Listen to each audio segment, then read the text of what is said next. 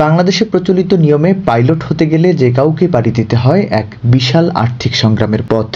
ব্যক্তিগত উদ্যোগে কোনো ফ্লাইং একাডেমিতে ভর্তি হওয়া, লাখ লাখ টাকা খরচ করে লাইসেন্স করা এবং ঘন্টার পর ঘন্টা ফ্লাইং আওয়ার সম্পন্ন করা, এই পুরো প্রক্রিয়াটি এতটাই ব্যয়বহুল যে মধ্যবিত্ত পরিবারের সন্তানের জন্য তা এক প্রকার অসম্ভবই বলা চলে। ফলে অনেক প্রতিভা ডানা মেলার আগেই ঝরে পড়ে বাস্তবতার মাটিতে।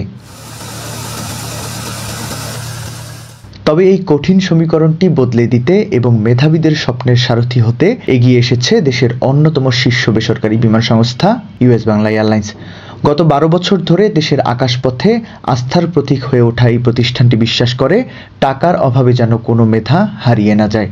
ইউএস বাংলা এয়ারলাইন্স কিন্তু একদম নিজস্ব অর্থায়নে, বলবো যে 100% নিজস্ব অর্থায়নে একজন মেধাবী স্টুডেন্টকে বিভিন্ন বাছাই প্রক্রিয়ার মাধ্যমে তাকে সিলেক্ট করে বিদেশের মাটিতে তারা সেই কোর্সটা কমপ্লিট করে আমাদের বহরে এসে আমাদের বললো যে আমাদের এয়ারলাইন্সে এসে তারা পাইলট হিসেবে, ফার্স্ট অফিসার হিসেবে তারা জয়েন করছে।